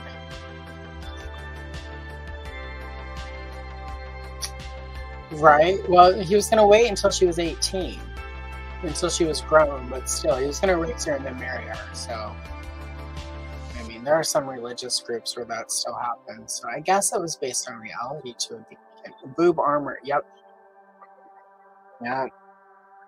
I mean, I know you've got so many missing ladies of the 80s that will keep you occupied for decades, but at the same time, like if you ever want to break into all of the weird plot contrivances to sort of explain, or to just to have ladies in the various lines, like that would be very interesting, I think. You know, because I'm sure well, you know, and there's a lot of early Masters of the Universe. There's a couple in this coloring book this is from, where it's heavily implied that Evelyn is into, which is I liked in Revolution when they sort of had Evelyn make some saucy comments about He-Man, because to me that harkened back to this coloring book has at least one picture, and there's a coloring book right after this that has another picture that kind of heavily implies Evelyn has a thing for He-Man. And this coloring book has one where I actually have a full length, well, not full length because it's not 3 hours, but I have a like the second coloring Evelyn part 2 has this picture from this book where Evelyn's putting on a mask to look like Teela. And as a kid, I always thought she was doing that so that she could get to He-Man. Not like, you know, so that she could destroy him, but because she had a thing for him. So it always felt like early on, before Filmation, again, this is, I think, Filmation maybe cleaning up some of the weirdness. You know, like the Teela Sorceress thing kind of plays oddly.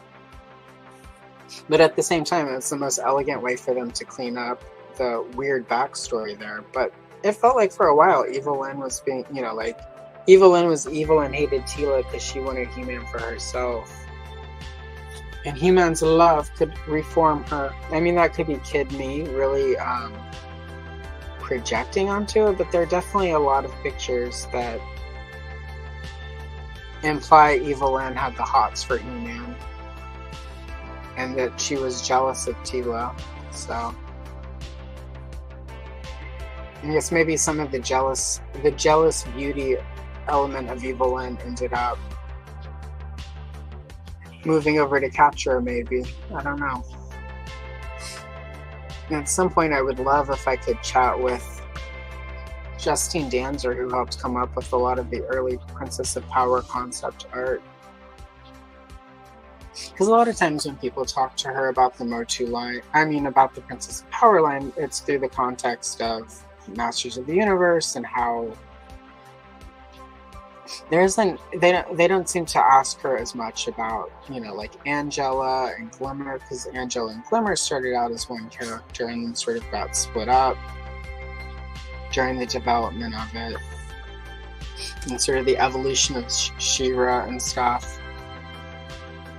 I mean, other people came in and also, you know, did stuff, but I would really like, one of my goals with the channel is at some point to get to talk to Justine Danzer and just sort of, and she also worked on the Glamour Gals toy line, and my understanding, Andrew, you might find this interesting, is, I don't know if you remember the Playmate Swans Crossing toy line that was out, like the little action figure dolls for that teen soap opera. She designed a lot of those figures.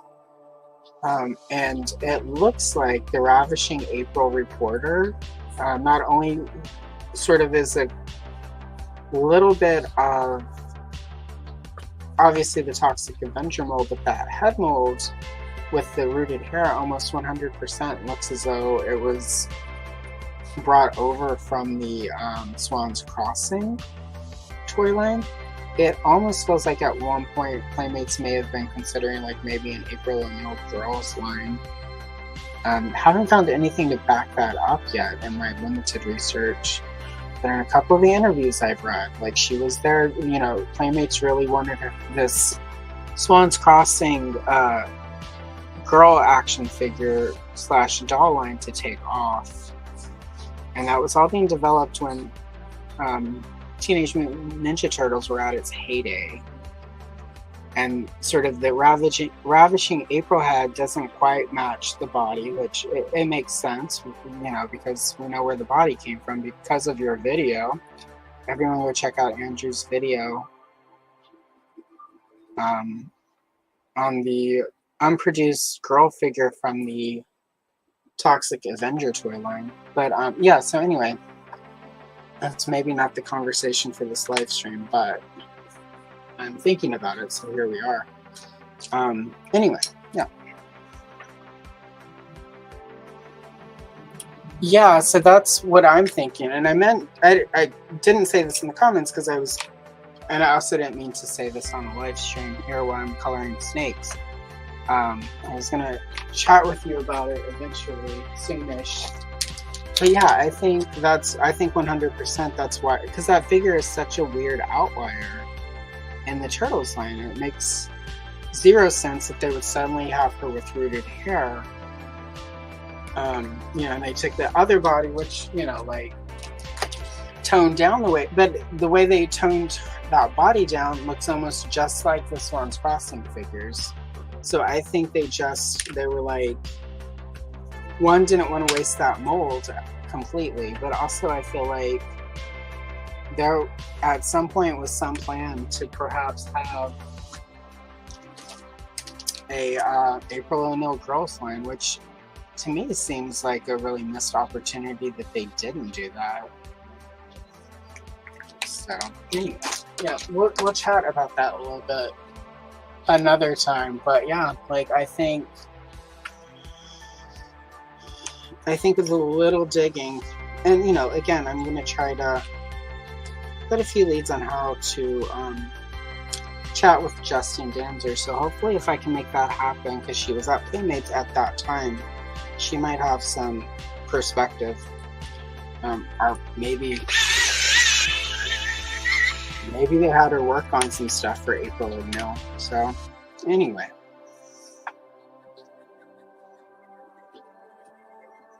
now I'm starting the last snake, and we are actually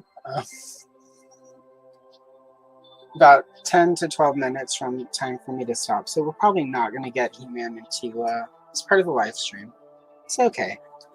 You guys have all seen me color He-Man and Teela before. Not so much a bunch of snakes in a dungeon. So, but yeah, I'll finish it and then post it on Instagram. But I want to at least get the snakes done. I mean, it's not like I'm going to do anything revolutionary with how He-Man and Teela look.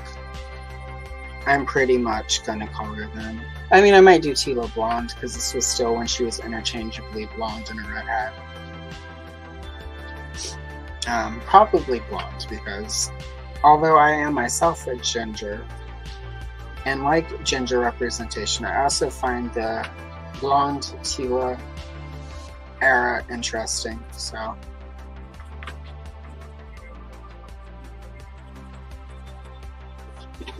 I think we should be able to finish the snake in 11 minutes, and then maybe I'll get some skin tone down.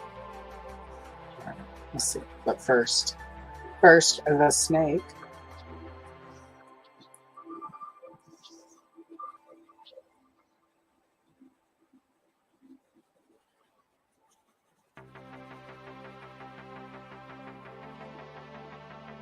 Yeah, in the meantime, though, Andrew, Google Swans Crossing Playmates action figures, or it might just be under dolls.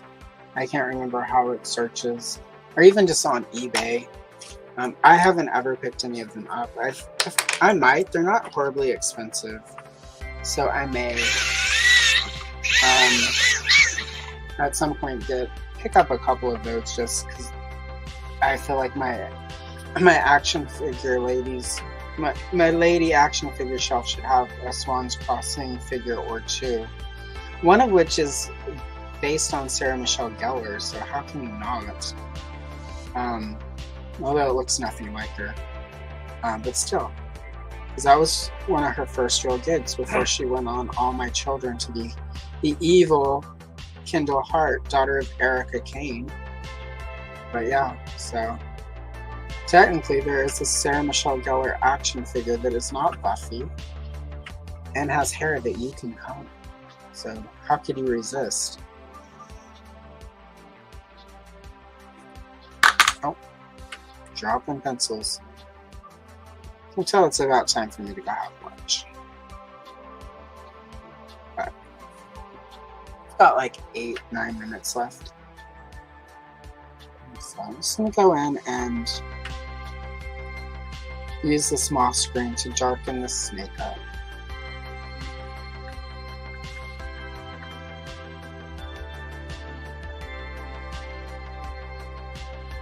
You can give him a little texture so he's not completely the same as these other two snakes.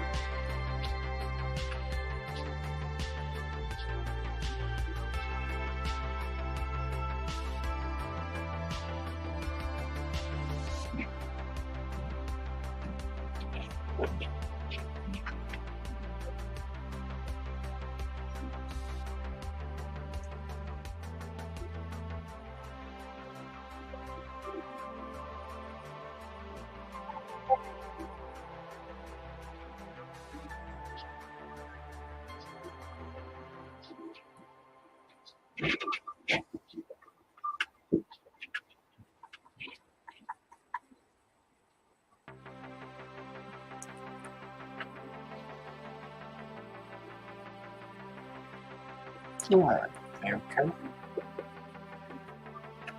We've got the on-screen component down.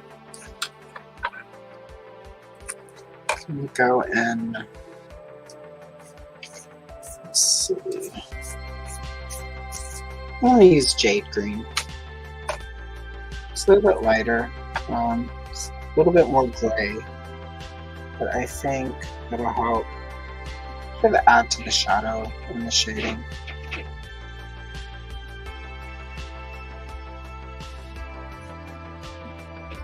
And again, just so they're not all the same green shade. And they all look different. We've got a red, an orange, a purple, and then 3 greens. I almost wanted to do one blue, but I also kind of didn't. I felt like blue might be not quite in line with the rest of the colors that I've picked. Only got away with that purple because Skeletor's hood is purple, so otherwise that would have been yellow. Or the lady snake would have been yellow, or yeah, probably yellow. I think that was originally what I planned.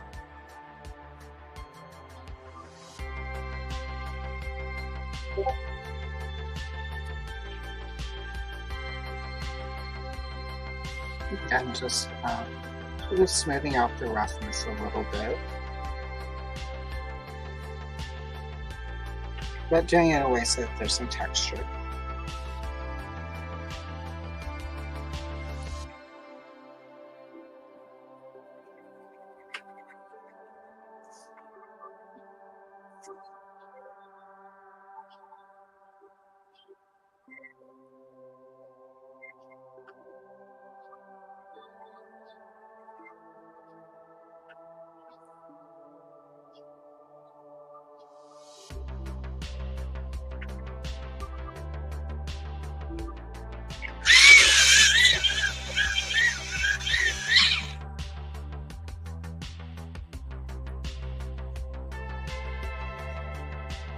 Yeah, exactly. They're sort of in between the two looks.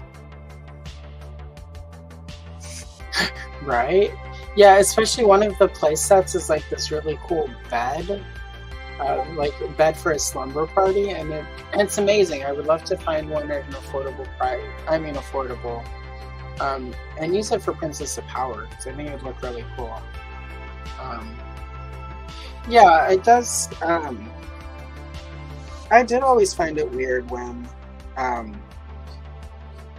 sort of Filmation got rid of all the snake stuff.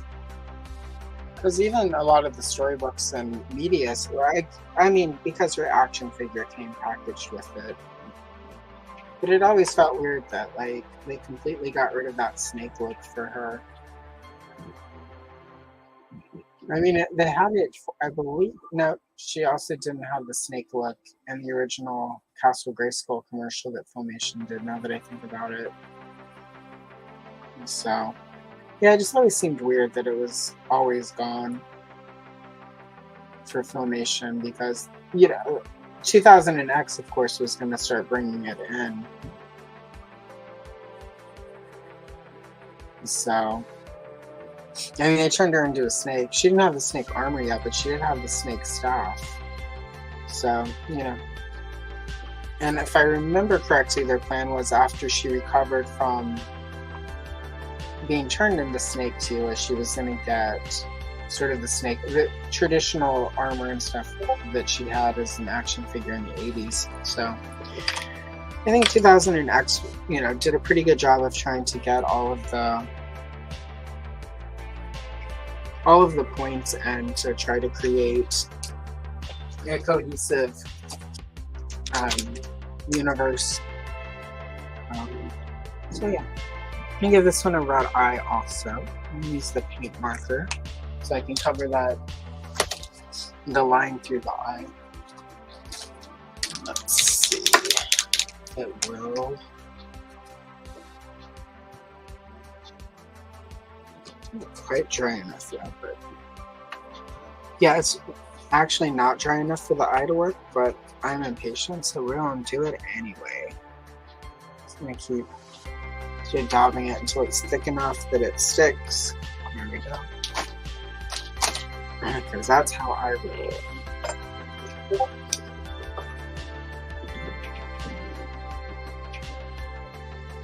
He's going with a black fine line Prismacolor Premier pen. Smooth the eye line out.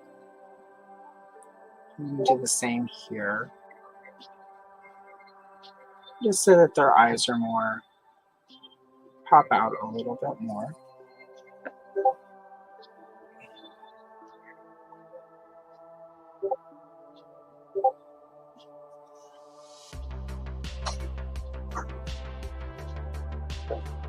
And make sure we give Lady Snake her eyelashes back. There we go.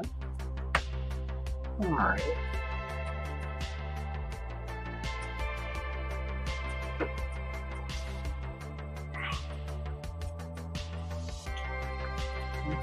Alright.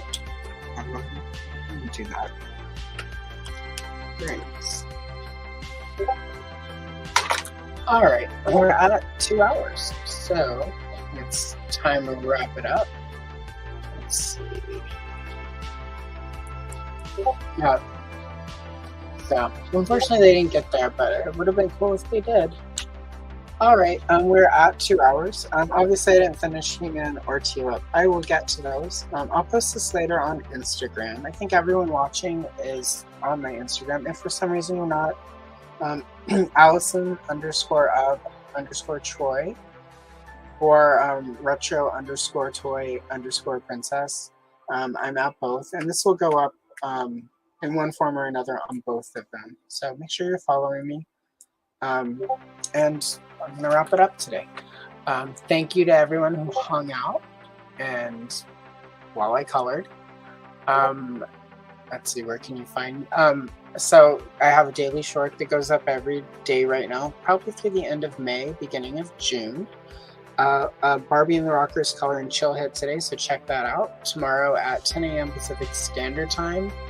I have the first Kenner Darcy doll booklet going up, which is one of Kenner's many attempts to try to take Barbie down, so it's pretty interesting. But it's also Kenner, and they have the best toy booklets. They always built out such big, exciting worlds for their toys.